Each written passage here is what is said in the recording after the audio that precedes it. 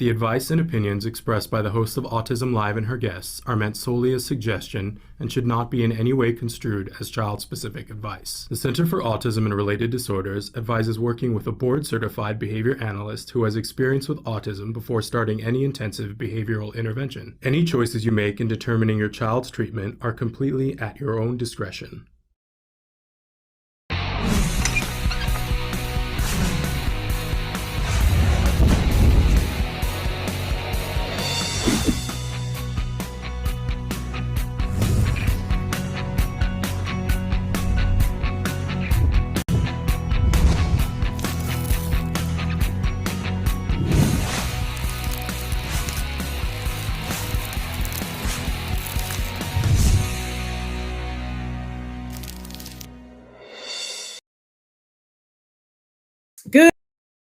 Good morning and welcome to Autism Live. I'm Shannon, you live from many places around the country. You can't see it right now, but we have Dr. Doreen Granpeesheh with us. She is on the phone long distance from parts elsewhere, but we're thrilled to have her with us this morning. And she's going to be answering your questions in real time because it's Wednesday. And on Wednesday, we, whenever possible, feature Ask Dr. Doreen. Now, sometimes she's too far away and we can't have her, but we're trying really hard to have her, even though she's very far away this morning. And it's been one of those crazy mornings, and we tried very diligently to be able to get picture and sound, but we've got her in voice. So good morning, Dr. Granpeesheh. Good morning, Shannon, and hi, everyone. And I am so sorry that I can't be with you in person or on video, but at least I am able to use my cell phone and I hear you perfectly, and hopefully I can answer questions. Wonderful.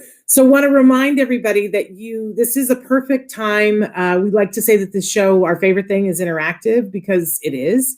And there are many different ways that you can be interacting. Right now we're live on a bunch of different platforms, but the big four that I always like to remind you are YouTube, Facebook, Twitter, and Periscope. So if you are on one of those four platforms right now, all you have to do is comment on that platform and it aggregates right here for us. And I'm able to see your questions and relay them to Dr. Granpeesheh.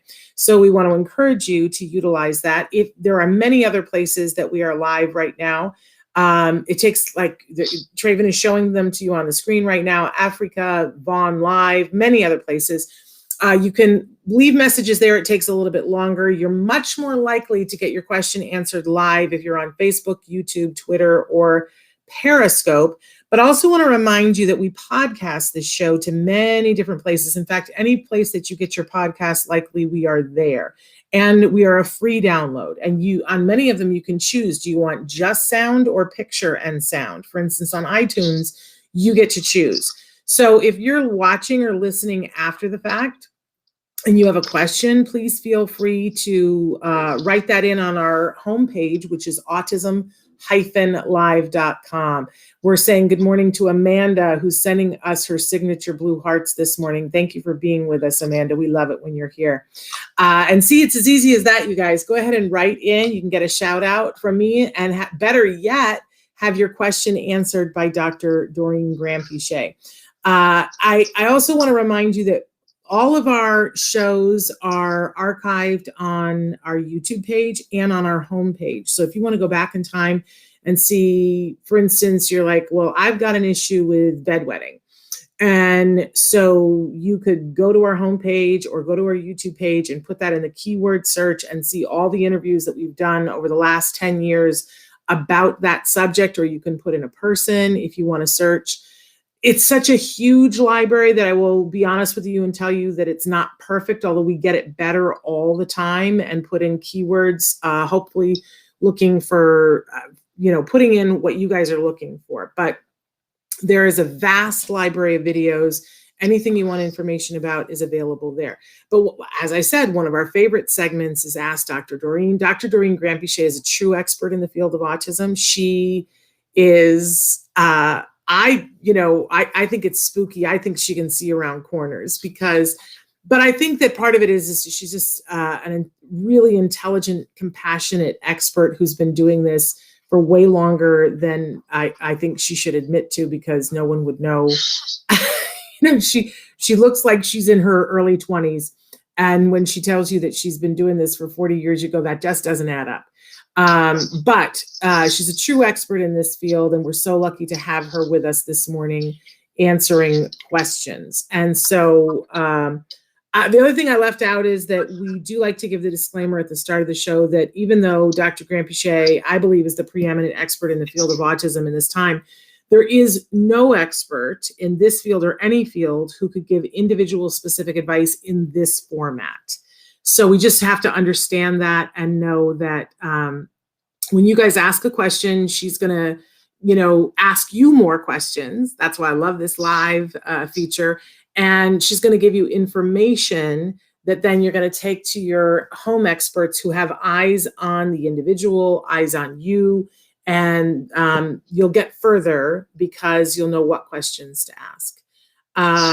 Okay, so in fact, somebody has just written in, Dr. Granpeesheh, and said, I'm having a hard time getting my 2-year-old evaluated. Can you give me any advice, please? This is a very hard thing in COVID, getting an evaluation. Yeah. It really is. And I guess the answer, Shannon, is first I have to ask where you are and what type of evaluation are you talking about? Are you seeing symptoms or things that are concerning to you and you'd really want to kind of get someone who can give you a diagnosis? Or do you already have that and you're sort of wondering what to do next? And also, where are you? Because, it's different state by state. Yeah, and country by country. So Sam Rawit on YouTube, she says, I live in Virginia. Oh, okay. Well, so have you, there's, and again, if you want to get a diagnostic evaluation, I think you need to try to contact your insurance company and get with a psychologist or a developmental pediatrician, a psychiatrist, a neurologist. Those are the 4 main professions that can help you out. Now, I happen to have a whole ton of psychology licenses in different states, and one of the states is Virginia. So I could help you, but the only way I can help you is to do a Zoom type of meeting with you and, kind of guide you. They don't really like it if we do a full diagnosis via Zoom, but I'd be happy to get together with you on Zoom and see your child and try to figure out what we need to do for you. And also, CARD has a lot of centers in Virginia. So if the diagnosis ends up being ASD, then certainly we can help you with treatment as well. Okay, and she wrote back in and said 2 things, that there's a long waiting line in her state, but she said she would love to, I would love that, please, getting together with you via Zoom. So the next step and I think you're going to now be inundated, Dr. Granpeesheh. They said, wow, a Zoom. Somebody else said, wow, a Zoom with Dr. Granpeesheh. And they said, lucky. I'm with them on that. I consider myself lucky every week that I get to be here with you. But so do they write to me to hook that up? Yeah. Okay. Yeah, Shannon, if you don't mind just getting their information, and then I can pass it on to Sarah and she can organize that for me. Yes. And, I want our viewers to know, honestly, one of my, I don't want to say favorites because it's never lots of fun to sit down and diagnose a child, but I do love having contacts with the families and with the children, and I am licensed in a lot of different states, and part of the reason that I became licensed in a lot of different states is that there are waiting lists for assessment and diagnosis, and that just disturbs me so much. That you feel, as a parent, you feel like there's something going on with my child and you can't get in to see someone to help you understand what it is and to just move forward. So, I have actually been thinking about how I can try to help more families in all of the states where I am licensed, at least just with the initial assessment portion. So I'm learning more about what we're allowed to do via telehealth. And honestly, if I am allowed to diagnose via telehealth, then I'm going to open the doors to, I think I'm licensed in 10 or 12 states. And I'm just going to start doing that because there's such a huge need out there. There absolutely is. And I think everybody will be very grateful. Those who are watching live just saw me completely panic because while you were talking, my phone, which you're speaking through, said it wasn't charging. It did that low battery noise that Sure. And I was like, what's happening? Because it had come unplugged. It was plugged in, but it had come unplugged. So I'm just letting everybody know, you saw the look of panic and me jumping out of my seat and running around like a crazy person. We are now charging. We're not going to lose Dr. Granpeesheh because that would have been horrible. So what I did was I put in my email. Traven's got it on the screen. It's s.penrod@autism-live.com. And I also put it so you should be seeing it on all of the formats, the big four that we're on Facebook, YouTube, Twitter, and Periscope. You should be able to see that right now. So just letting you guys know that. And what a great thing, Dr. Granpeesheh. I think there'd be I think people would line up, to be quite honest. Well, and to be honest, Shannon, you know me, I love to be in contact and help families. So it would be a very positive experience for me as well. There we go. Great. So write to me and I will make sure that it gets forwarded to the right person. Mary wants to know, my great-grand twin girls were diagnosed with autism. Now they are 6 years old. And now they are no longer on the spectrum. I always thought that once on the spectrum, you never came off. Do you want to address that? Oh, I'd love to talk about that. So, first of all, how wonderful for you. And, like anything else, these disorders like autism are based on a series of symptoms that have to be present. So for autism, let's just talk about that for a minute. The symptoms are essentially in three different areas. You have to have some delays in the area of speech and language, and then you have to have some delays in social behavior, which typically, if you have a speech and language delay, you will have a social delay as well. And then the third area is this area called repetitive stereotypical behaviors. Typically with kids with autism, they develop these repetitive behaviors like lining up their toys or toe walking or turning the lights on and off, or there's a variety of them. And so if you have enough symptoms in those three areas, you receive a diagnosis, right?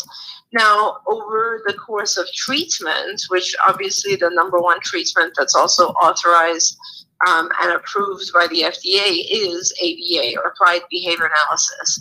And Applied Behavior Analysis, what we are doing is we're kind of replacing these symptoms with more appropriate communication and appropriate social behavior. So whatever was missing, we're basically teaching. So yes, the whole goal of ABA is to remove the symptoms so that you lose the diagnosis. And, we're very fortunate in about half of our cases, we get the children young enough and we work hard enough. That means the intensity of the therapy is very high, like 40 hours a week for 2 to 3 years. And parents are involved and they get trained, and it's a very, very kind of intense effort for about 3 years. And when everything works, half of our children lose that diagnosis. So losing your diagnosis is not impossible by any means. In fact, it is our goal. And even for children who don't fully lose the diagnosis, they hopefully will learn through ABA, and their symptoms will decrease, both in number and in intensity. And Shannon, you might want to talk about kind of how much of it takes a village it is for so many years. Yeah, it's not a short sprint. And I love that for this grandma, that you've got twins that are 6 years old and are now no longer qualified for that diagnosis. But I want to say something, and I want your thoughts about it, Dr. Granpeesheh. What I'm fond of saying to people, because they'll say to me, I don't understand. I think those of you who watch the show know that I have a son that was diagnosed at 2.5. We were lucky because we got him started at CARD right after his 3rd birthday. And he did 5 years of therapy. And I would tell you that like 3.5 of them were intense, where we put a whole lot of other things on hold, and we worked with a team of people. And it was work. It was work for them. It was work for us. It was work for my son. CARD was amazing because they made sure, one of the basic tenets of ABA is that, there has to be reinforcers. And they made sure that he was having a good time during the work. But it was work. Let's not mince words. But, we're one of those lucky families that, I don't think anybody could at this moment in time look at my son and say that he has a disability. That's right. And that's amazing. And that is worth, if you have the opportunity to do this kind of intervention, it's I think one of the people on our team used to say to us, it's like having an Olympic athlete. You're going to go all in for a couple of years, knowing it's not forever, but you're going to go all in for a couple of years to set them up for success for the rest of their lives. You don't know if you're going to get to the Olympics. You don't know if you're going to win a gold medal, but you have to be willing to go all in. But what I say to people when they say, I don't understand, we thought that you were looking at this lifetime of having a child who was highly disabled. And what I say to people is, my son's brain still works really differently from mine. His brain is always going to work differently from mine, but we took hurdles out of his way. So now he gets to use that to his benefit. That's right. It's not that we changed who he was. I want to be really clear about that, because I know there's a lot of adults that are on the spectrum, self-advocates who are my friends and that I love, who will say, are you changing this person? And no, I feel like he was taught another language and that he can move very easily between all of the languages that he speaks now. And there is no disabling aspect, but his brain still works different. I will tell you, I think quite honestly, his brain works better than mine. Yeah, absolutely. But I honestly agree with everything you said there, Shannon. But the thing is that before, one of the things when I explain to kids, when I do talks to kids about autism, I always give the example about computers. There's a Mac and there's a PC. And, if you expect a Mac to do what a PC is, but you don't teach it to do it, and you don't give it plugins to help it to be able to do it, it's going to be frustrated and you're going to be frustrated. It doesn't mean that one is better than the other. And what I saw is that ABA and CARD, oh my gosh, CARD, helped my son to be exactly who he is. They removed obstacles and they gave him plugins that were translators so that he knows how to do what he wants to do, but he is himself, and he's quirky and he's fun and he's hilarious and he's successful and he has friends. But he is still his own person. So that's right. I mean, and Shannon, I love that example of the PC and Mac. But I mean, honestly, if you think about it as a parent, our children learn a lot of things, right? And at some point, as they're younger, we put them in a variety of classes. For example, swimming class, or we teach our kids how to swim. That doesn't mean from the moment we teach them how to swim, they don't walk anymore. That's right. They're just learning a new skill, right? Or kids who learn multiple languages. That doesn't mean they're forgetting their original language. They're just learning multiple languages. Or gym, or speech therapy, or whatever it is. And think about the number of hours. One of my friends, her child just has a really strong propensity for basketball, right? I'm telling you, or a lot of my friends, actually, their kids used to do soccer. And the amount of time we put into taking the child from one game to another and like traveling cities even and doing all this sort of stuff is similar in terms of the commitment you have to make to it. It's a few years. I love your example of, you're training an Olympic type athlete. And I don't, so it takes a commitment, right, from the parents, as well as we're giving you a lot of help. Like there's a lot of people who are working on this with you. Now, and I just don't think of autism as a disability because truthfully, like you said, our kids, their brain, which are incredible and they're never lost and they will always be a strength that the individual holds. But if you just have those, you don't necessarily have functional adaptive skills that help you survive in society and life. And what we're trying to do is just give you some of those kind of functional adaptive skills that help you live in this society, right? With all the rules of society. But nevertheless, I love the fact that our kids have some amazing strengths, and I always encourage parents to build on those as well. Yeah, and I guess the one thing I would say to the grandma with the 6-year-olds that no longer have a diagnosis, and I want to say, that's just so amazing. But somebody had written in and said it's amazing if a child is given the chance to reach their own full potential, but it's also a problem if you pull a child out prematurely. It's not a smart idea, parents, because symptoms can come back. So I agree that not only can some symptoms come back, but I also know that some of our kids, each time they crest another milestone in their growth, they have different challenges. So the kids at 6, the challenge is that you're going to see that they're going to face other challenges when puberty hits, and just like our typical kids. And I think a lot of times that we go, oh, okay, we're totally done. But our kids, all of our kids, neurotypical or otherwise, need different things along the way. And I think that, to your point, Dr. Granpeesheh, what you were just saying about let's look at the individual and keep having them learn.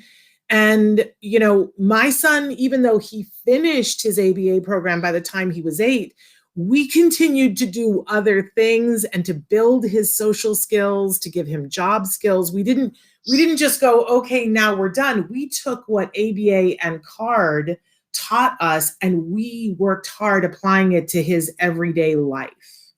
And when we saw something, we were like, okay, let's pull out our ABA toolkit and what can we do? We didn't rush him back into therapy, but we tried to say, we know what works with him to help him to learn a new skill. So how can we support that?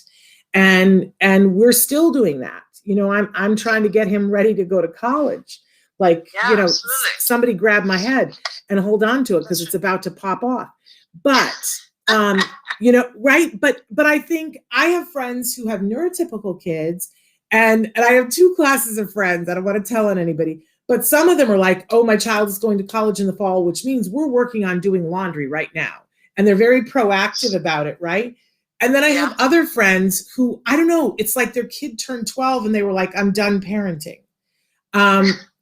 Do you know what I mean? And then they're shocked when their kid doesn't know how to do something. And I'm like, well, did you expect them just like, if you're not teaching them, they're picking it up on the streets. And those are neurotypical kids.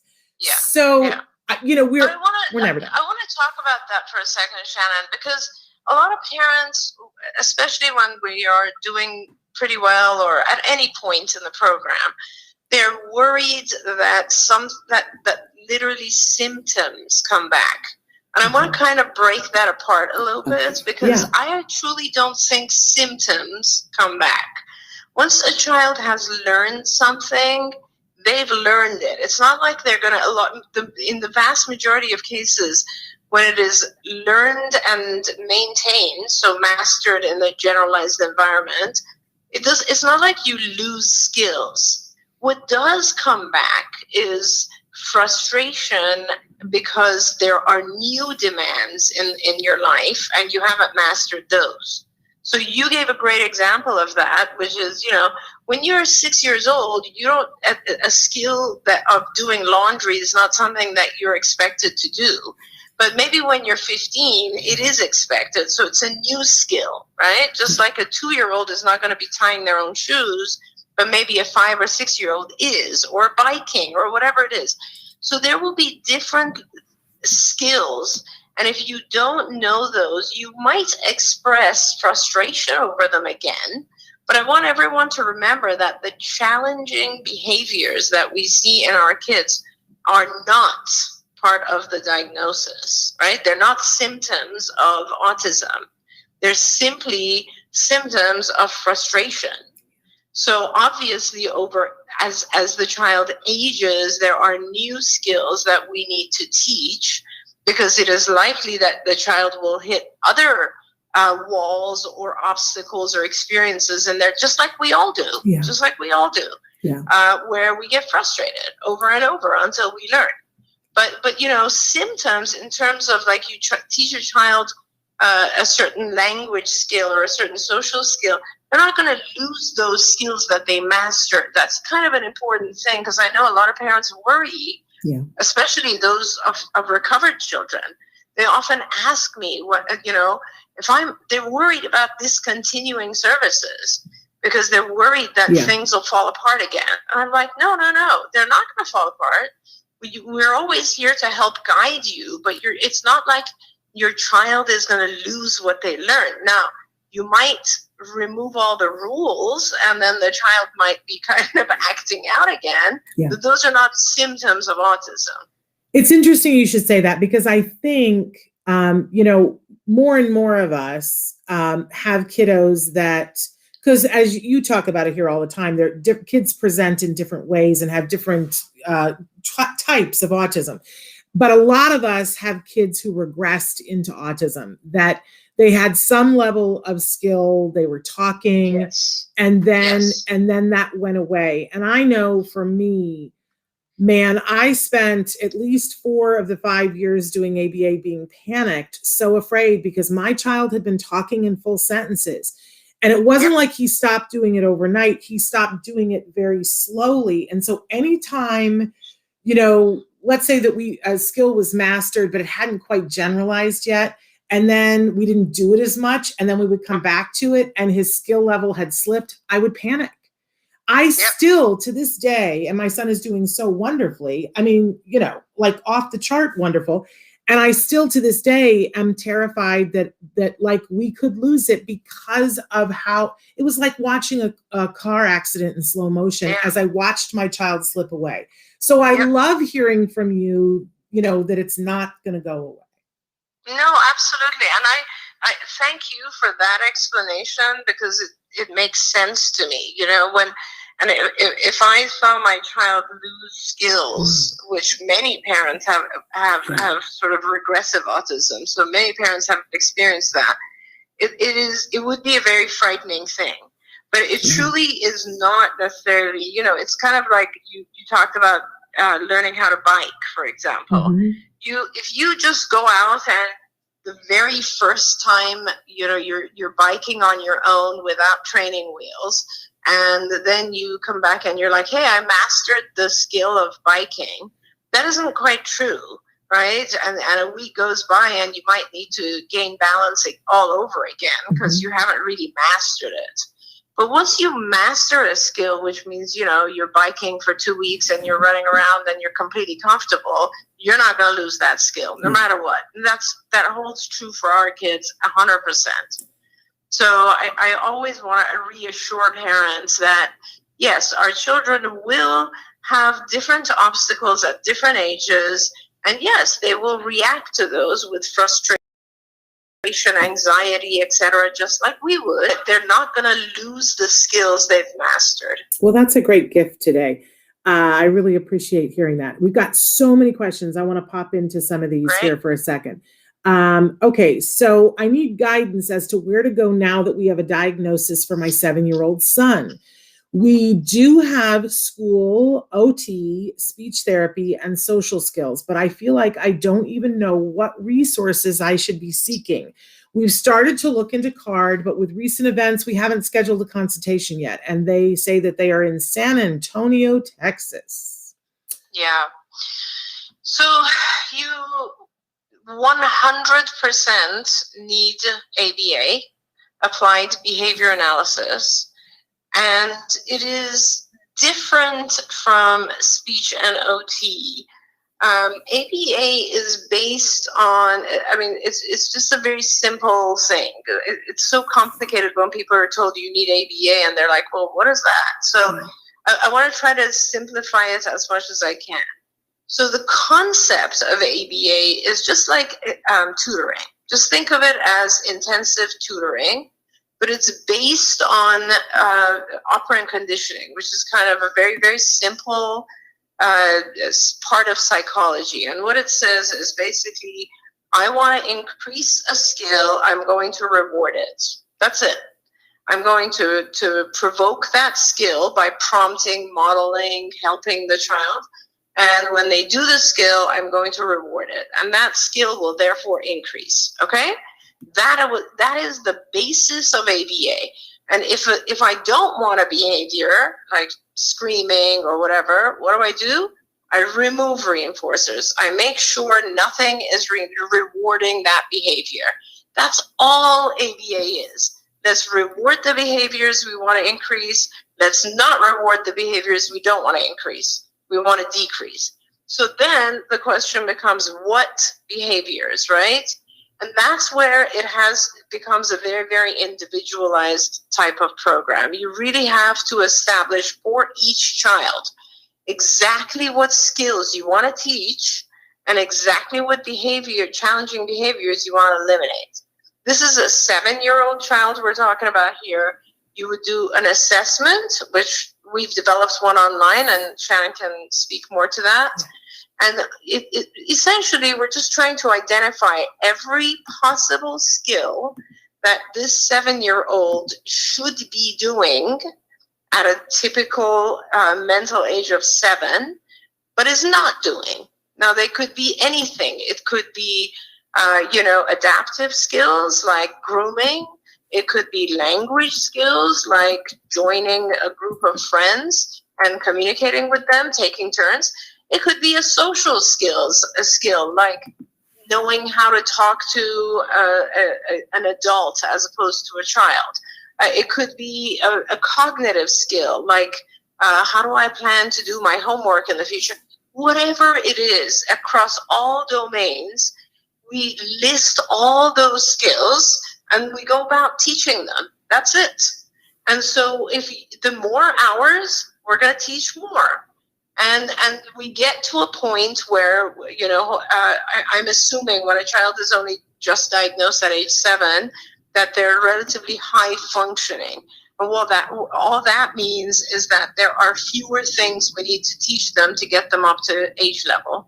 And that's the whole premise, is how much can we teach this child given the amount of time we have? Yeah. It's like we have a Vulcan mind meld with you today, because I just want everybody to know Dr. Granpeesheh isn't able to see the questions today because she's on the phone. But but you already hit on 2 things that people wanted to know about. Somebody wrote in and said, my son, 10 years old, he doesn't differentiate adult from child the way he talks. So he tells me to shut up and tells his dad. Also a lot of NES, and they want to know, is there a program for that? And you just mentioned that there is a program for that. Yeah. And then if you want to talk briefly about that, and then I will tell everybody what the free things, because we have somebody else writing in saying, can you talk about the free IBT training this week and about skills? What's free this week? Yes. Yeah. So the program, I believe, is called Levels of Friendship. If you go in, Shannon will in a moment give you a phone number and a URL where you can go in and look at Skills. Skills was a technology that we built almost 20 years ago now. And essentially it's a curriculum, but it really depends very heavily on an assessment. So you initially go in and you answer questions about what your child can and cannot do. And then it establishes a whole series of things to teach.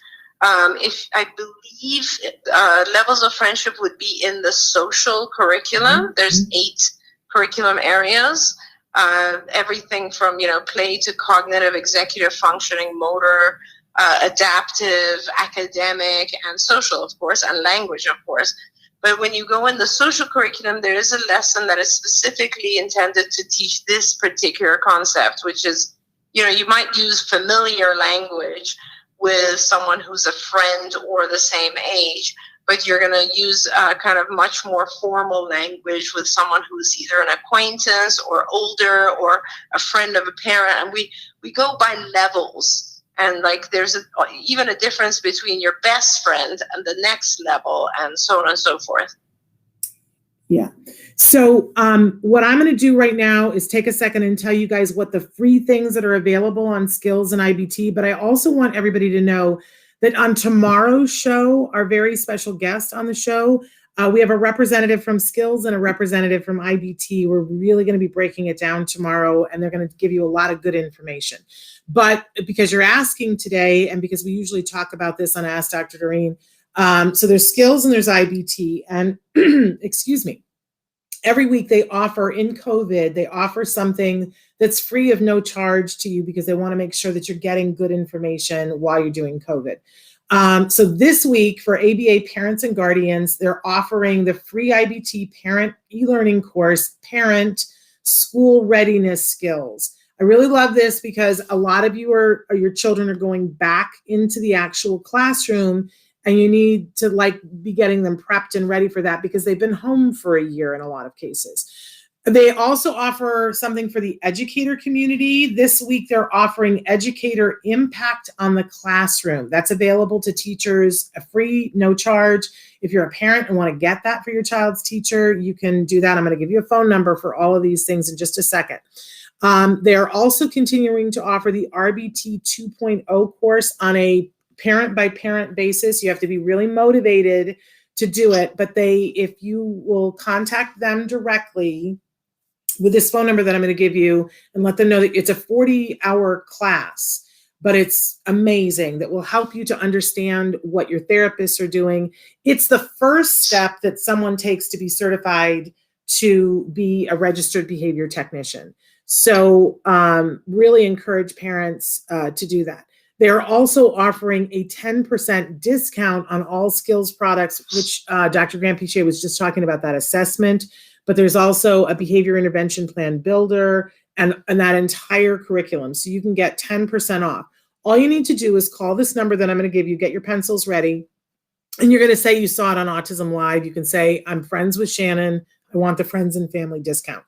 Excuse me. So the phone number is 877-975-4559. So again, that's 877-975-4559. But they are going to be on the show tomorrow talking about skills and IBT.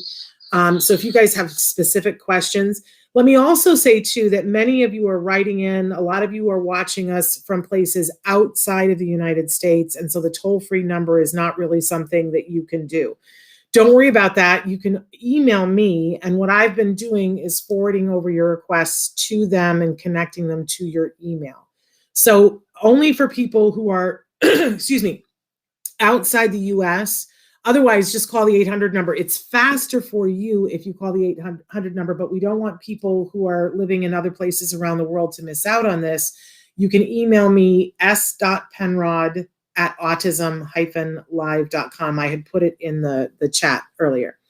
I also want to say to that mom with a 7-year-old that's in San Antonio, Texas, we have amazing people in CARD in Texas. And so if you need any help figuring out how you get started, also email me and I'll be happy to point you in the right direction because I know we have really good resources there. Okay. I'm sending some love to our, we've got a parent that I know and love, and I think you know and love her as well, Dr. Granpeesheh. And she says, I'm trying to be like Shannon, but I feel like no one is on board from school to ABA. I had hope from you and Dr. Doreen that he could recover, but now we are playing catch up and I am so sad. And I just want to send her a hug. I know, Dr. Granpeesheh, I've started to notice how hard it is for people that I call that are in the in-between phase. These are people whose kiddos are between the ages of 8 and 14. And I hear from a lot of people that, first of all, at that point, you've got caregiver fatigue that sets in, which is, would happen to anybody, where it's like you're so tired, but also that things start to shift, that you see people starting to say that, instead of doing a comprehensive program, now we're going to do a focus program. I'm hearing from parents, it feels like everybody's giving up on this idea of the promised land. What do you say to a parent who's feeling sad and feels like people aren't on board? Because I assure this parent that I'm there with you. I'm sending you a hug. But what do you say to them, Dr. I'm because I can't see the names, or I have no access to the internet. Maybe the parent can write it and let us know. Okay. What I say is this, Shannon. It's extremely difficult. I understand, because first of all, she says yes. That's her. That is her. Yeah. So I know who this is. So here's what I want to say. One thing is that I completely understand. This is a lovely parent, by the way.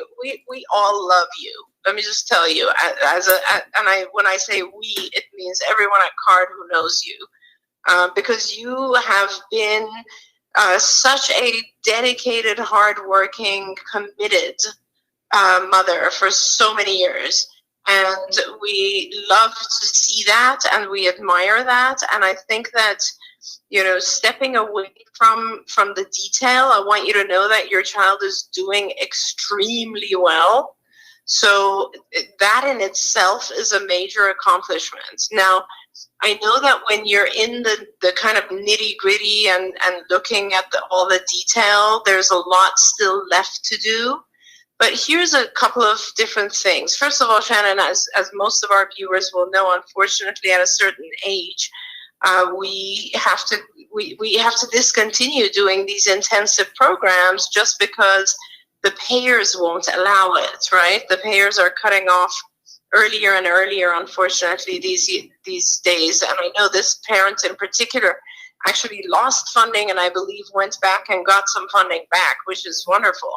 But what happens is we are limited in time, not only because of the payers, but also because our children are in school now, and we have to add all of the academic burden to their program as well, and it's just too much, right? What happens is it just takes a little bit longer. Don't panic, don't worry. The fact that he's not done at this point doesn't mean that he won't be done. It doesn't mean that he won't get to a point where his life is independent and that he's happy and that he's doing all the things that you wished for him. It's just going to be a little bit longer. And let me tell you, in general, when our kids become teens, they learn in different ways. It's not like, when you're a child and when you're getting 40 hours of ABA, the acquisition rate, what you're learning, the cycle is so fast, right? It's almost like every day you're learning something new. But when you're a little bit older, those things need a little bit, they're more advanced things, first of all, they're more abstract concepts, and they need more time to kind of materialize and stay in your brain and merge with everything else that you've learned so far. It's just a slower process. It's not as fast. It's kind of like, you can memorize the ABCs in a day, but you can't put sentence structure together in a day, right? The more advanced the material, the longer it takes. And that's where he is. And your child has very significant strengths as well. Let's not forget those things, which will help him, and they will come into play when he is older, and they will pull it all together for him. And the other thing, Shannon, that I want to say is this. As parents of even typically developing kids, we start with a vision. And we're like, I want all of my kids to fit into this vision. And let me tell you, I had a lot of visions for my kids too. But, you know, I speak 4 languages. So I wanted my kids to learn at least 3 or 4 languages. Mm-hmm. Do they? No, they don't. You know, my son only speaks English. I want an incredible job. And there's nothing that you could have done that you didn't do. You've done an amazing job, and he's going to be great. He's going to have a wonderful life. It's just not going to be exactly the way you envisioned. It might be better. It might be better in a lot of ways. Absolutely. Yeah. And I just want you to know that we're sending love to this mom. She says she's literally about to go into surgery, but she's listening to you and crying. So we're sending her love, hoping for good surgery and renewed feeling of being in people's arms, because that's where you are. We're sending you love. Hey, I love this next question. We have a young adult on the spectrum who says, hey, Dr. Doreen Granpeesheh, quick question. How can you, as a person on the spectrum, handle change? Change makes me anger easily. The breakup of Daft Punk almost made me go into a complete meltdown. What should I do? I so appreciate you sharing that with us and asking that question. Thank you so much. Dr. Granpeesheh? I love that. And can I just, Shannon, I couldn't hear you. The breakup of what? Daft Punk. The group Daft Punk announced this week that they're breaking up. Yeah. So, and I love more than anything when we have individuals on the spectrum calling in and writing in, because this is wonderful. And we learn from you just as, we help you figure things out, but we're also learning from you. So let me just talk about change for a little bit. And this is not just for you, it's for everyone, right? Not just individuals on the spectrum. In general, change produces anxiety. That is the very first thing about change. It doesn't matter what kind of change it is, it produces anxiety. Why? The reason it produces anxiety is that it is unfamiliar, right? So we no longer, when something changes, we no longer know where things are going. It causes us to feel uncertain about things. It makes us feel shaky because everything seems unfamiliar from that point forward. Now, if you understand that, and if you start to try to do a number of different things, which is, deal with the anxiety, and don't worry about the change. The reason you're angry is because there's a certain amount of anxiety there about this particular thing changing. Maybe it was a very calming thing for you. Maybe it was something that made you feel comfortable, familiar, safe, happy. And now you're worried, you're anxious that you will no longer have those feelings or have the ability to feel good.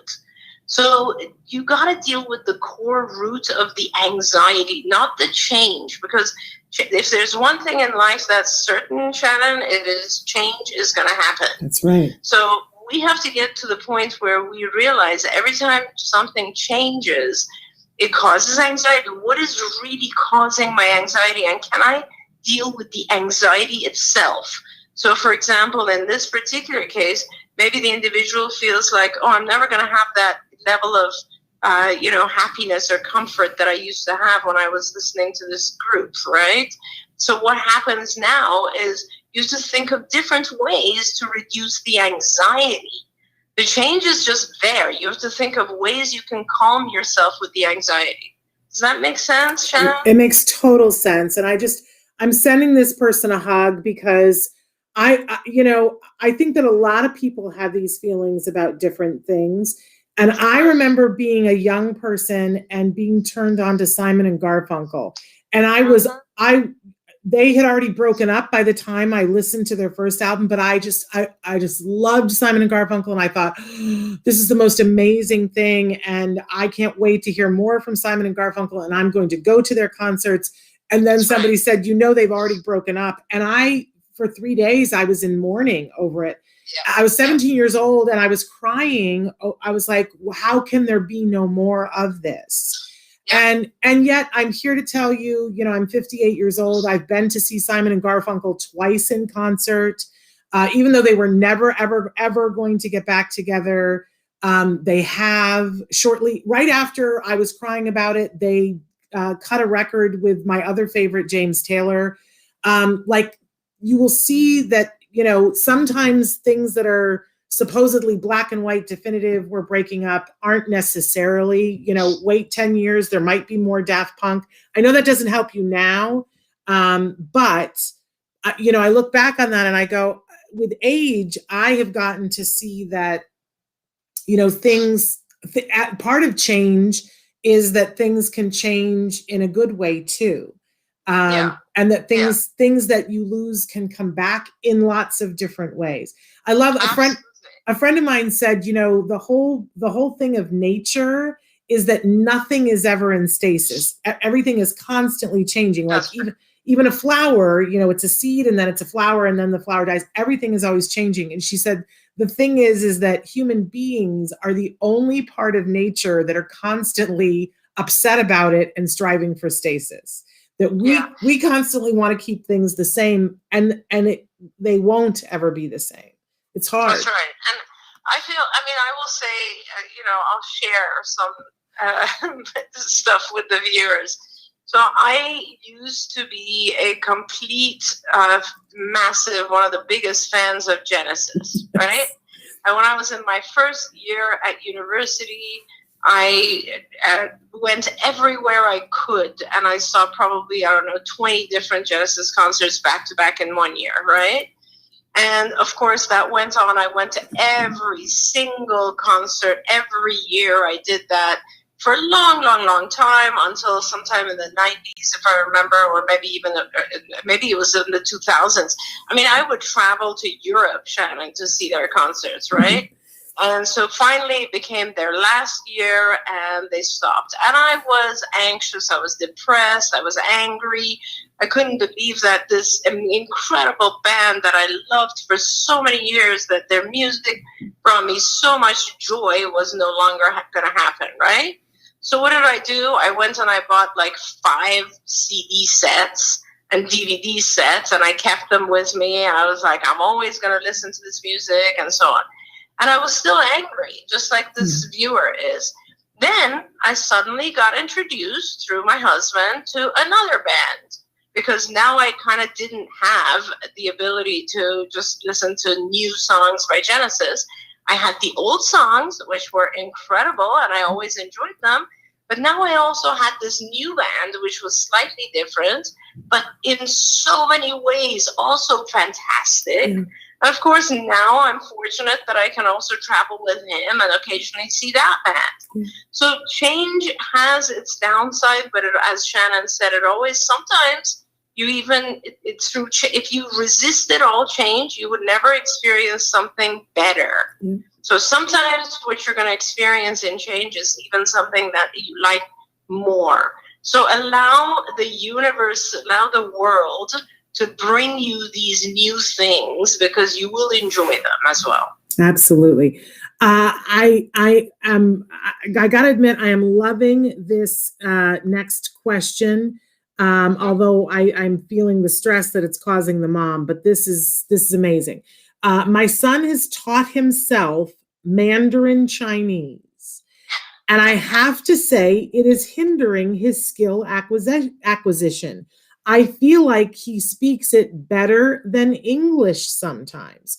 So I hear the anxiety that it's causing this mom, but I'm also hearing how amazing this is, Dr. Granpeesheh. What do you want to say to this mom? I just love that. Mm-hmm. These are the amazing things that bring me so much joy in this puzzle that we call autism, Yeah.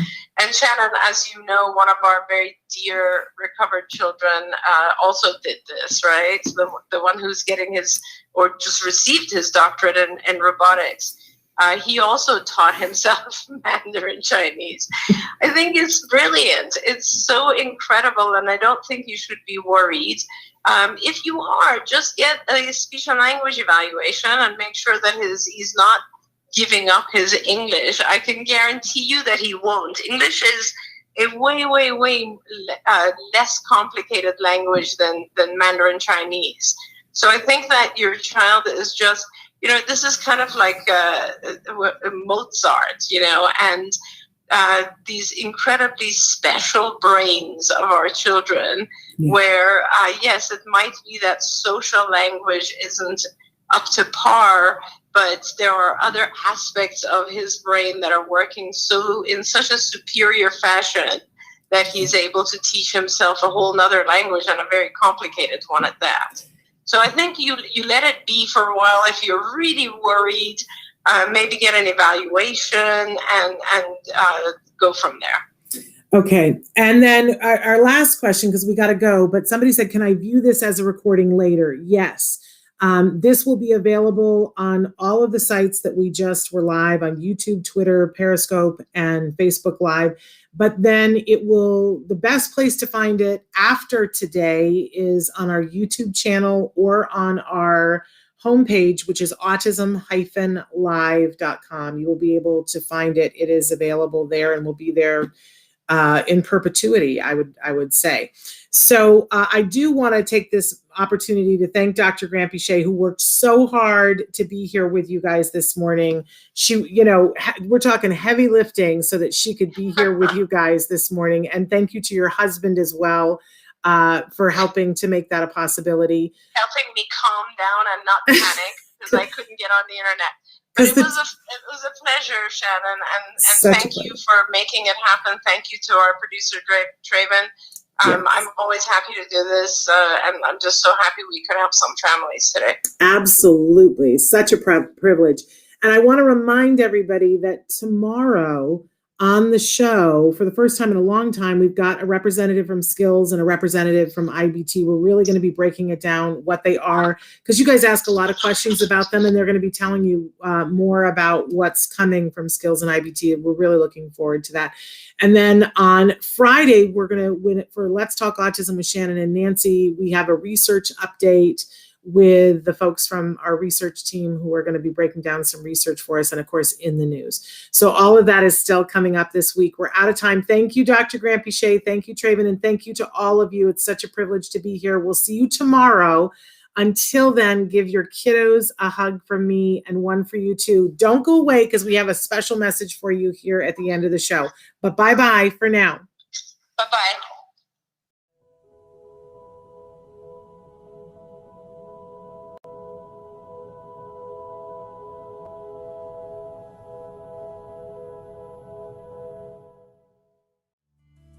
Thanks for watching Autism Live. If you found anything helpful in this video, please give us a like. In fact, make sure that you smash that subscribe button on YouTube and give us a like on Facebook. You can also follow us on Twitter and on Instagram for important updates. And please download our free podcast wherever you get your podcasts. Thank you so much. See you next time.